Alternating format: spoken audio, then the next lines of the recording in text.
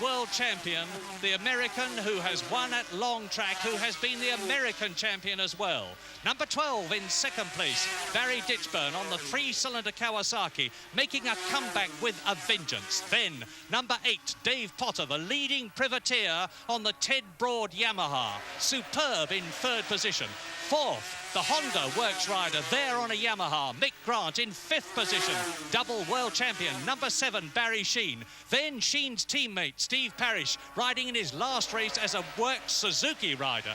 Graham Wood, number 19, and behind him, Ron Haslam, world champion in Formula One on a Honda, there on a Yamaha, and it's Roberts. Roberts through. Ditchburn still second, Potter is still third, and Potter is riding an absolutely magnificent race. And as they approach and then go away from the corner there and up towards Island Bend and Esso, it's on to Knickerbrook.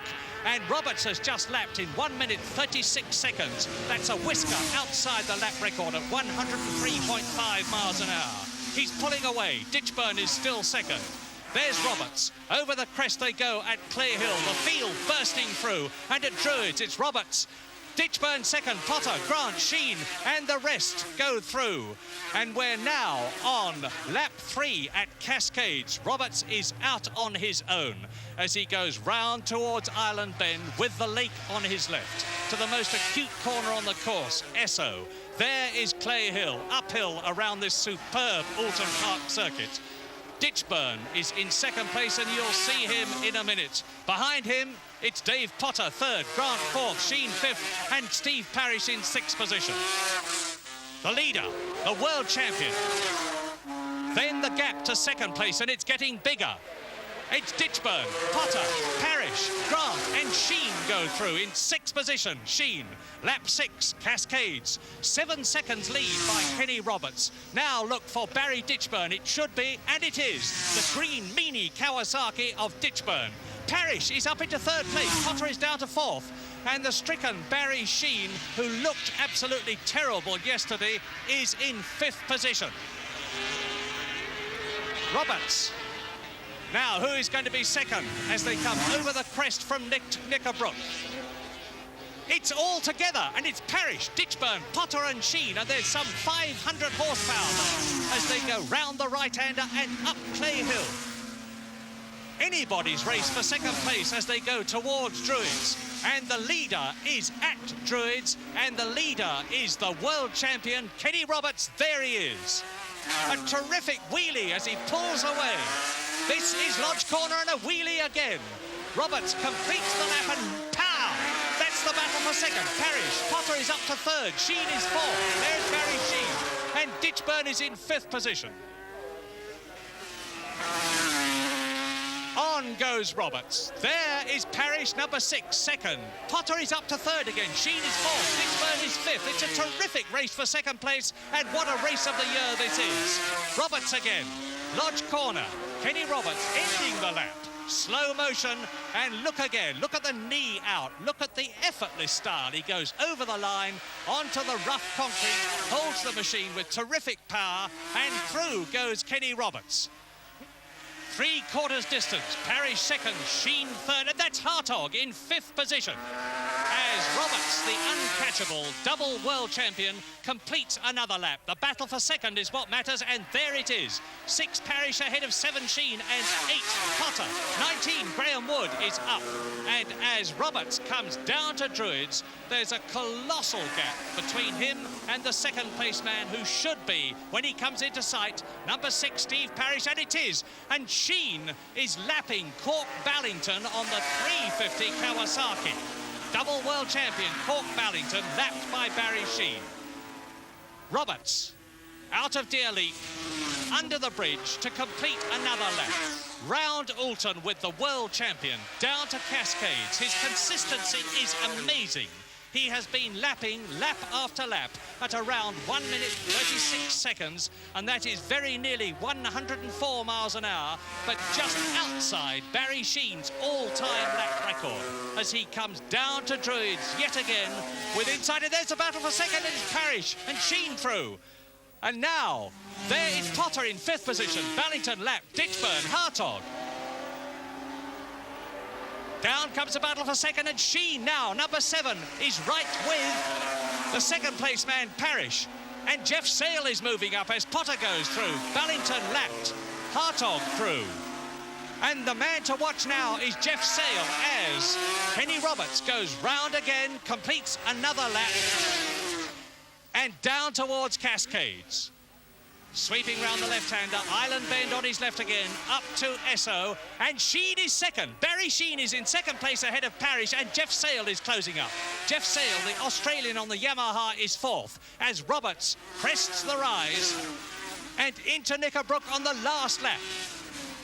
Roberts then is on his last lap. Kenny Roberts leads almost home at the end of the race of the year, and Sheen is second, and Sale is up to third position, and down to fourth place goes Steve Parrish. The leader, last lap, Druids. And he looks to be slowing, because there is Sheen second, and Sale is in third position, number 20. Parrish in fourth position. Now, who's fifth and sixth? It's Dave Potter in fifth position and Barry Ditchburn in sixth place, as Kenny Roberts comes out of Lodge for the last time to win the Marlborough Race of the Year, with Barry Sheen second, Jeff Sale third, and Steve Parrish fourth. So another superb display by Kenny Roberts for his £1,500 prize money. But was it worth the £20,000 he's looking for? Vernon Cooper of Britain's Autocycle Union. Now, financially, we're talking about £20,000 first prize. I don't think that is on. But if you talk about the total money of £100,000, at Silverstone we paid £126,000 this year, which is a FIM World Championship Grand Prix. The £100,000 is not the problem. The problem is who should you spend that £100,000 on. I think the way the FIM are running the present championships is disgraceful, and that the riders aren't being paid enough money by a long way. But having said that, I think really it's the system that wants modifying rather than a new system being brought into it. I really think that the best that could possibly come out of this is the threat, which may well persuade the FIM, if they have any sense at all, to come up with a more reasonable attitude. The World Series can go on providing it's held under the FIM or the ACU regulations as a normal event, like the Race of the Year and other series. But if it's in competition and conditional on them riding in that World Series, they can't ride in the FIM series, it must be a non-starter.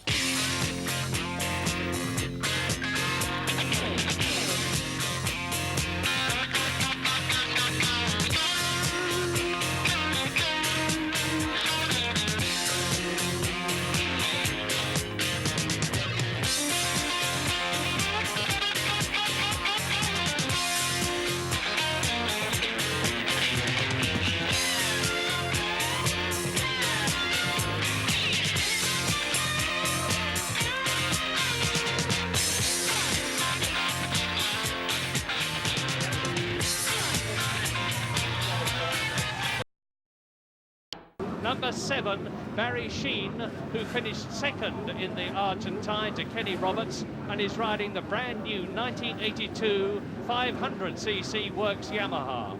Alongside him, number 16 is the ex-British champion, Keith Hewen. But right alongside Sheen, you see the man with the star on his helmet is Roger Marshall. It is 13 laps, and away they go, and into the lead goes Dale Singleton with Roger Marshall. And they go into the right-hander at paddock together. Sheen is in about fifth position. Well back there is Roger Marshall leading, and with him, number 43 is the American rider Mike Baldwin, who is riding a 1000cc Honda. And Roger Marshall is a man who has a lot to prove. Double British champion. He's been in the Transatlantic Trophy team before, but this is the first year that he's had a works ride, and he needs to show that he deserves it. So it is Marshall in the lead. Baldwin on the Honda, the American, in second place. Cresting the rise, 11 Marshall, 43 Baldwin, 19 Freddie Spencer, 18 Graham Wood, and in fifth position is Barry Sheen on the 500 Yamaha. And at the end, coming up to the end of lap 1, Freddie Spencer is up into second position on the Works Honda. And with me in the box is Rick Titone, representing the American Motorcycle Association. What do you think will be Spencer's tactics, Rick? Well, Freddie will probably lay back 1 or 2 laps and get the feel of the racetrack. The weather is changing a little, and I think he'll hold there until he can see his open way to go. Well, he's in second place now, and the battle is on, because he's down to third, and ahead of him second is Barry Sheene, and Barry Sheene has fought his way up from about 7th position halfway round the first lap to 2nd position, and now is he going to take his teammate Roger Marshall, who is leading? He doesn't have to, but knowing Barry and knowing that Barry has got Freddie Spencer behind him, and that there is a considerable needle match in the nicest possible way between these two, I think Barry will try and get ahead of Marshall. Realise, though, that this is not just a race to win for an individual, it's a race for each of the 2 teams of 8 representing the USA and Great Britain to get maximum points. And Marshall then on a 1000cc 4-stroke Suzuki is ahead of Sheene on a full works 500cc Yamaha, and it looks as though those two are starting to get away a little bit from Spencer. 20-year-old Freddie Spencer, number 19 on the Honda. Then it's Baldwin, so it's 2 British riders leading 2 Americans, and in 5th and 6th position it's 2 more British riders, as round the right-hander there goes Steve Parrish. Steve Parrish, incidentally, has taken the place of Ron Haslam, who is out of the race after having a very nasty crash in practice. He's quite all right. So Sheene leads now, and Freddie Spencer goes ahead of Roger Marshall at Paddock into the 3rd lap. So it is a British rider leading an American. The British rider Marshall is in 3rd position. Then the American Baldwin is in 4th place, number 43, and there he is. Round the right-hander at Druids. Now they plunge down Graham Hill into Graham Hill Bend, and I'll put the watch now to see how fast Barry Sheene is going. And now they're getting quite spread out. There's about 15 seconds between number 7, the stylish ex-double world champion Sheene, who looks over his shoulder and he sees right behind him Spencer. The race is really on now. We are on lap 3 out of 13. And there's going to be another one of these races later this afternoon. 2 legs at Brands Hatch today, at Mallory on Sunday, at Oulton Park on Monday, to decide who wins the 1982 Transatlantic Trophy. Great Britain has won it 7 times. America has won it 4 times. Rick Titone, what about Freddie Spencer now? Well, I think Freddie's just trying to hold his position and look for his opening. He's raced against Barry before. He respects Barry. He knows what he can do, and I think he'll just hold there until he sees the opening he needs. And how about Baldwin in 4th position, chasing Roger Marshall? Well, that's a change in plans. Baldwin was supposed to be our rabbit. He was supposed to get out there and run with Barry, and then the rest of the team fill the midpoints, but maybe he got a bad start. There is Mike Baldwin, and just behind him, Graham Wood, the British rider on the Yamaha. So it's Britain, America. Britain, America, the first 4. Then Britain is 5 with Wood. Britain is 6 with John Newbold. Britain is 7 with Bob Smith. And America is 8 with Dale Singleton. And I can't do mental arithmetic that quickly, but I would say that Britain at the present moment on lap 4 out of 13 has got a slight edge over the American team, but there's a long way to go. And look at the riders' knees when you can. They look very lumpy and bulgy. That's because they all have heavy padding, and some of them have special plastic football studs on their leathers, so that they can literally rub on the ground and get... There's Sheene doing it, getting his right knee right down onto the ground, back into the saddle, down behind the windscreen, still sitting off the saddle so that he's correctly placed to take the second half of the right-hander. And where is Freddie Spencer behind him now? There he is, still very, very close.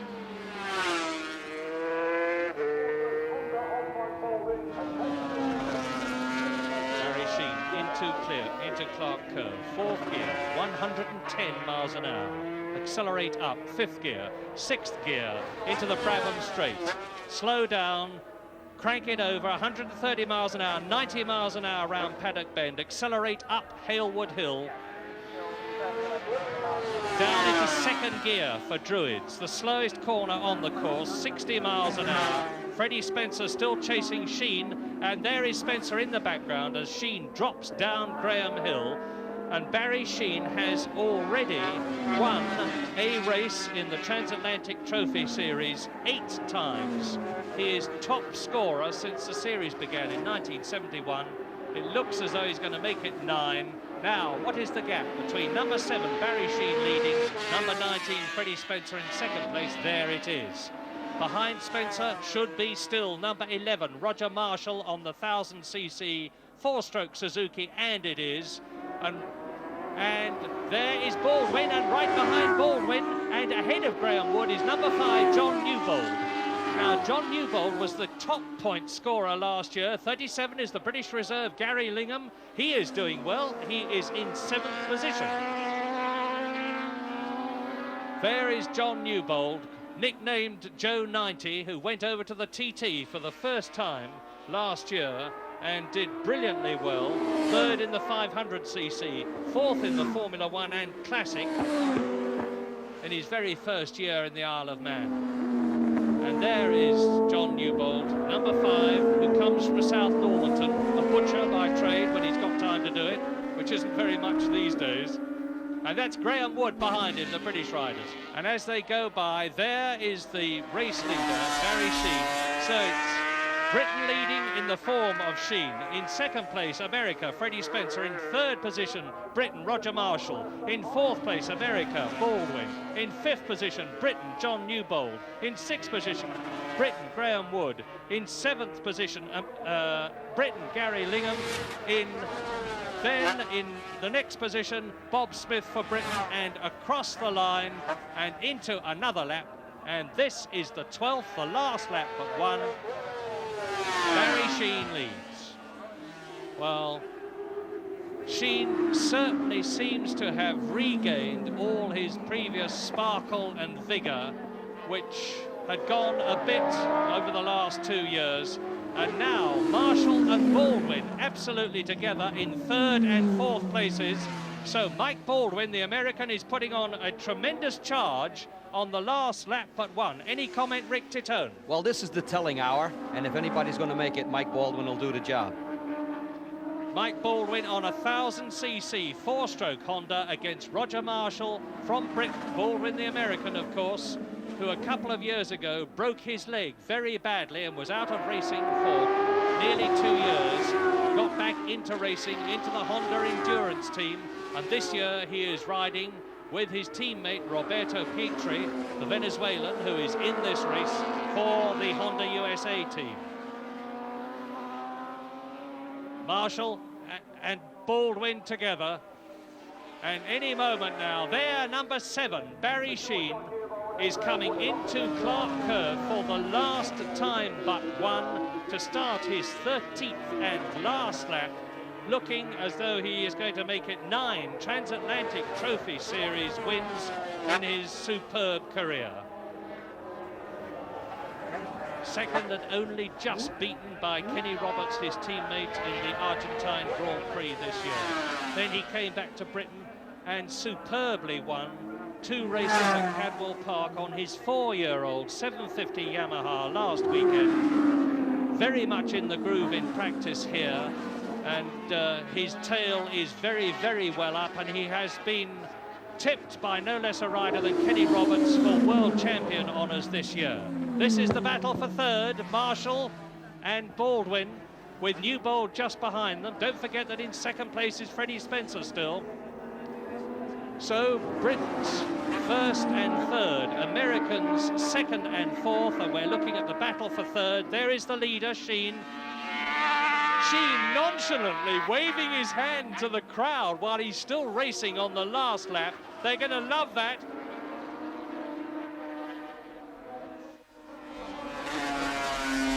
Something like 130. He shrugs his shoulders. Where have they all gone, he says to himself. Something like 130 horsepower underneath his right hand. There we are, fellas. Well done, Barry Sheene. This is nonchalance if ever I saw it. Barry touring home. That's his 9th win in the Transit.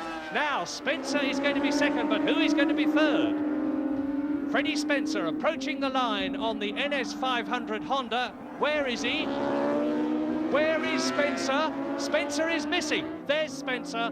Freddie Spencer walking in, obviously telling the crowd, I don't know what happened, he said. He shrugs his shoulders, and with it there, the American team captain, Dave Aldana. There is Roberto Pietri, the Venezuelan, and I wish I could lip read. I can't tell you what Spencer's saying, but a bitter blow for America, for Freddie Spencer and for Honda on the last lap of the first leg of the 1982 Transatlantic Trophy Series. Out of the race goes Spencer, but a fine win for Barry Sheene then, who incidentally also put up the fastest lap of the race, just a whisker off his own lap record, to get 16 points for Britain. Race 2, 13 laps, rain clouds overhead. Great Britain leads by 42 points, and Freddie Spencer is out of the American team for this race at any rate. There's the front rank lineup, and it's a good start this time for Barry Sheene, who, with Roger Marshall, leads into Paddock Bend on lap 1. Up Halewood Hill, and in third position it's Mike Baldwin from the American team, who's had a new engine put in his Honda since race 1. We blew a valve in the first race, and Mike Baldwin is holding third position as they come down Halewood Hill into the left-hander at Graham Hill Bend, and it's still Sheene, Marshall, Baldwin, and it looks like Graham Wood in fourth position. It is Graham Wood. So British riders first, second and fourth, and here is Sheene, Marshall, Baldwin, Wood. Roberto Pietri, the Venezuelan, is in fifth position, and there is the new American rider, number 3, Alan Ward, bringing up the rear in his first race outside America, except for Canada. Sheene, Marshall, like Sheene, is in absolutely superb form. He's on the big 1000cc Formula One Suzuki. There's Baldwin, there's Wood, there's Pietri, there's Dale Singleton, and number 16, Keith Ewan, who had ignition trouble in his Suzuki. There's Ewan on the ex-Randy Mamola Suzuki from last year. And there is Alan Ward, number 3 on the Mark 7 Suzuki. And Barry Sheene has got something really to go for in this race, because there is a Marlborough Grand Slam prize of £20,000 if any rider can win all 6 races in the series, the 2 at Brands Hatch, the 2 at Mallory Park on Sunday, and the 2 at Alton Park on Monday.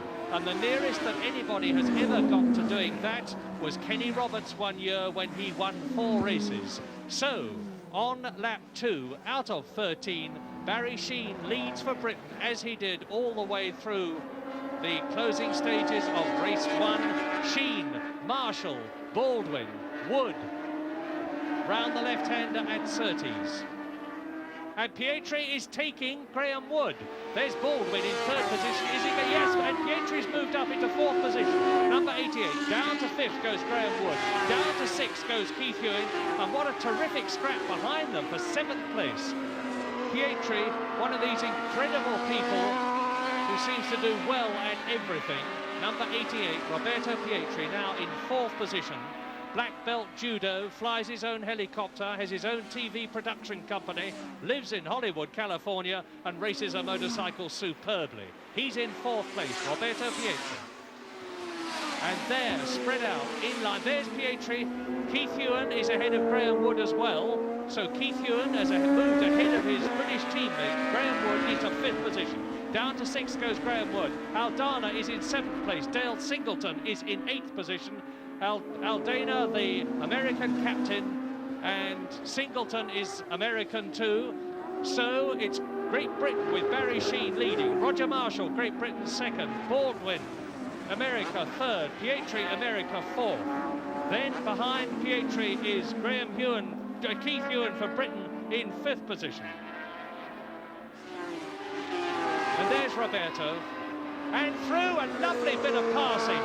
Keith Ewan really knows the racing line at Brands Hatch. And don't think Roberto Pietri, who is now battling for 4th position with Keith Ewan, does not know these British circuits, of course, anything like as well as Keith Ewan.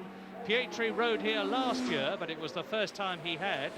So it's a fine performance.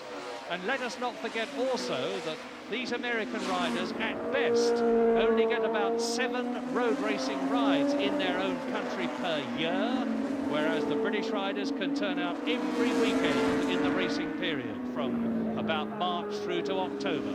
Keith Ewan then really showing style. The ex-British champion is now up into 4th position. And there's the leader, Barry Sheene, probably seeing those £20,000 notes already starting to show before his eyes, although he's still got 4 races to go at the end of this one. There's Ewan in 3rd position behind Roger Marshall. So the leading American rider is actually the Venezuelan, number 88, Pietri, who, as Rick Titone just said, really does seem to have got the swing of the Mark 7 Suzuki. This is his first real ride on it, this meeting, and he's now closed the gap between himself and Keith Ewan, who is in 3rd place. Pietri, a magnificent win in the 200-mile race at Imola. And watch these riders. See the way they get their legs right off the bike. They move right over to the side. They get out of the saddle, and they just let their knee kiss the tarmac, and Pietri is through. Up into 3rd place, overlapped by Keith Ewan, both of them with their knees scraping along the ground, and they often have to buy new levers, go into Planet Bend on the 8th lap, absolutely together. Pietri in 3rd place, Keith Ewan in 4th. Barry Sheene leads. Roger Marshall is in 2nd place. In 5th place, it is Mike Baldwin. In 6th place for Britain, it is Graham Wood. In 7th place for Britain, it is Bob Smith. In 8th place for Britain, it is Steve Henshaw. In 9th place for America, it is Dale Singleton. And so it looks, doing some quick mental arithmetic, as though both the lead and the midfield places are heavily packed by British riders. Roberto Pietri for America is in 3rd position. Mike Baldwin for America is in 5th position. And then we go down to Dale Singleton, who is 9th. So Britain must be leading on points at the moment, but what a scrap. Now Keith Ewan goes through to 3rd. Or does he? He does not. Pietri, number 88, in 3rd position for America. Keith Ewan, number 16, on the ex-Randy Mamola, who finished 2nd in the World Championship last year, Suzuki, in 4th place. And this is Barry Sheene, the race leader, on his 9th lap out of 13, on his way to a 2nd win in the series. And just look at the gap.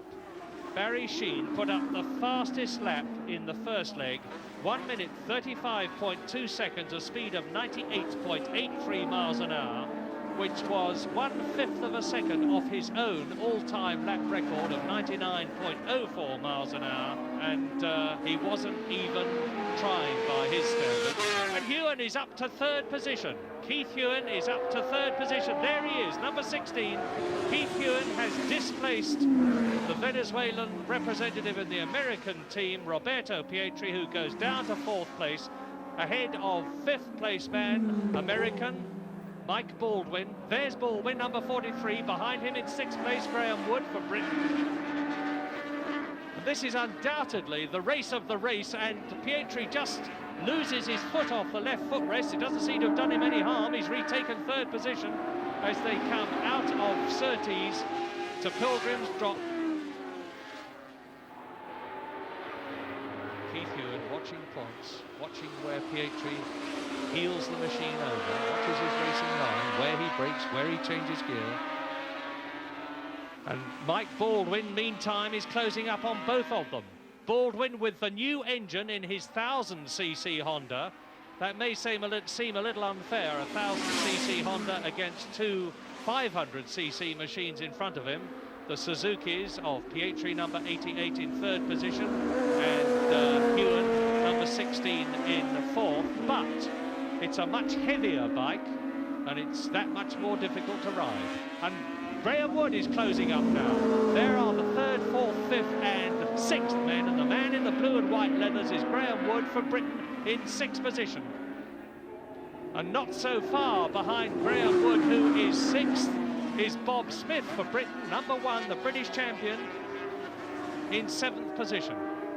So, America has lost a place, Britain has gained one, and Graham Wood, number 18, riding the Fowlers of Bristol Yamaha, the Dennis Trollope entered machine, has now moved up another place.